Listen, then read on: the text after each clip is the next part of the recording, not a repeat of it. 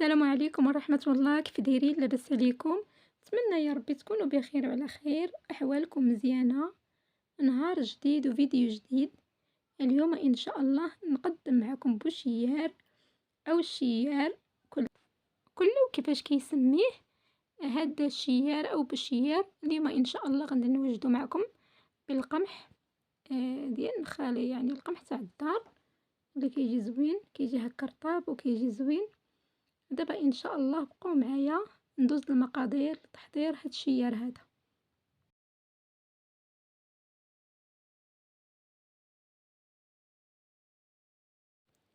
بسم الله على بركة الله.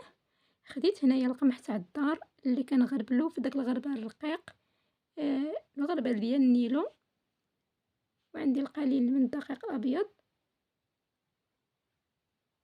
كاين اللي كيدير دقيق الفينو، ولكن بالدقيق ديال القمح الكامل كيجي زوين بزاف.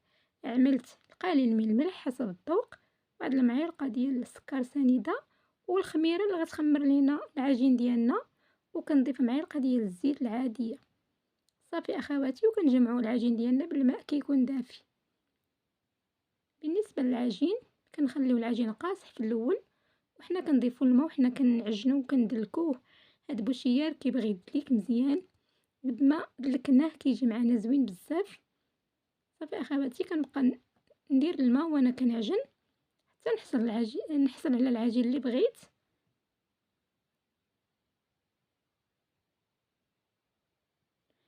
كما تشوفوا اخواتي، بعد ما عجنت العجين ديالي مزيان بهذا الشكل هذا، كيكون العجين مرخوف بحال تقريبا ديال السفنج. صافي غادا ندهنو بالقليل من الزيت وكنغطيه وكنخليه يختمر. بعد ما يختمر العجين ديالنا ونرجع معكم ان شاء الله. هنايا العجين ديالنا اختمر معنا كما كتشوفوا بهذا الشكل هذا. صافي غنحاول نحيد منه داك الهواء اللي كيكون فيه. هنايا خديت القليل من الدقيق، انا هنايا خديت الفينو او الدقيق ديال القمح اللي حنا غربلنا، كنخليو منه شويه وكنقرصو به. كنعمل هكا كويرات الجهد اللي بغينا حنايا، كبارين او صغارين. صافي كنعمل يدي هكا في القليل من الزيت، وكنجمع العجين بهذا الشكل هذا حتى كيكون مرخف معنا مزيان. صافي وكندير القليل من الدقيق. في هذه الاثناء كندير المقله ديالي كتسخن. كما كتشوفوا العجين ناجح معنا، كيعمل هذوك الفقاعات هكا في الجناب بان العجين راه مدلوك مزيان.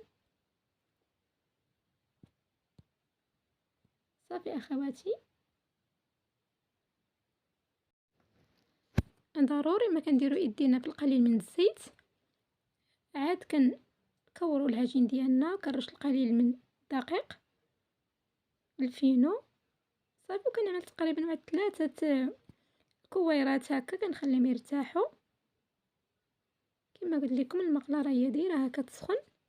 صافي وغنبدا بالكويره الاولى اللي انايا كورت، هي اللي غنبدا بها الاولى.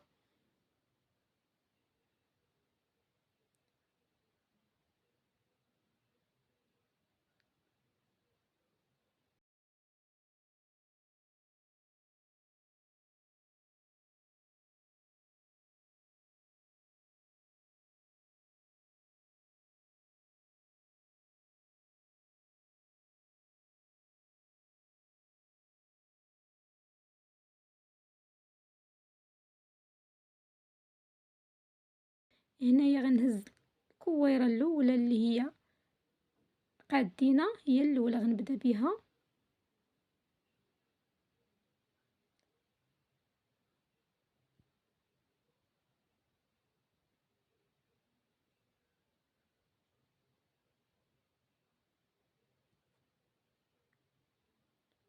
كاين اللي كيقرصو بالزيت بوحدو، كاين اللي كيدير الدقيق. انا كيعجبني نقرصو هكا بشويه تاع الدقيق. هنايا المقله درتها كتسخن، كنرش فيها القليل من الزيت.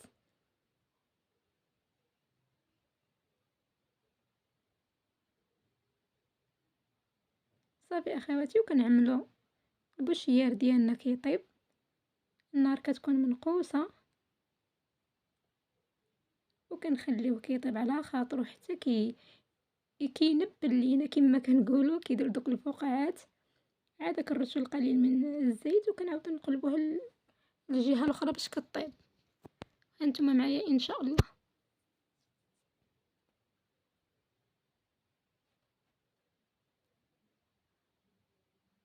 كما كتشوفوا أخواتي هنايا كتبدا دير هادوك الفقاعات،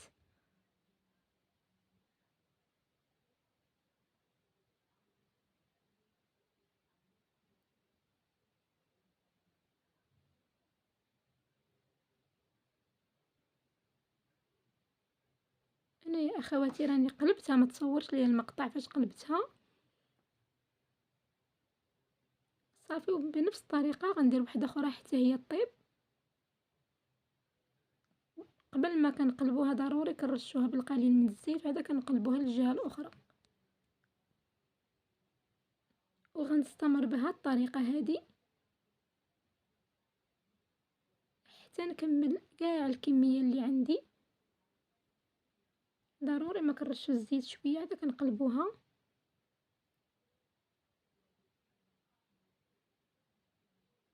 النار كتكون منقوسة باش كيطيب على خاطرو.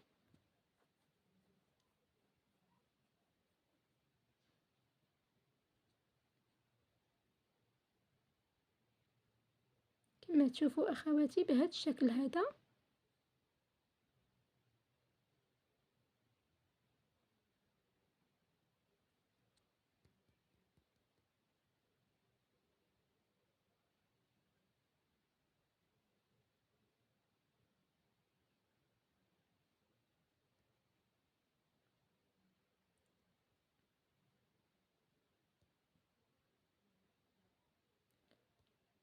صافي بعد ما كملت بوشيار ديالنا كيجي بهذا الشكل هذا، كيجي زوين بالقمح الكامل، كيجي في واحد المذاق زوين وكيجي هكا رطب.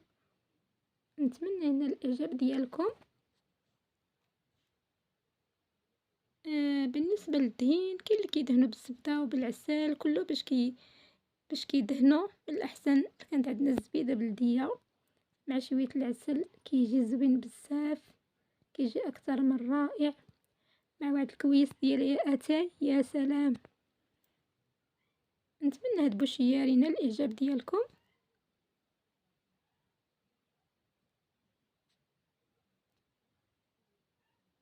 وكنقدموه هو سخون.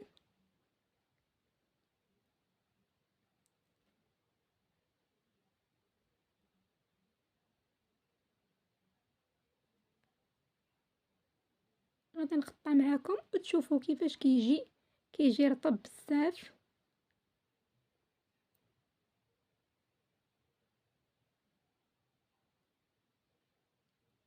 كنقول لكم شكرا لكم بزاف على المتابعه والمشاهده ديالكم.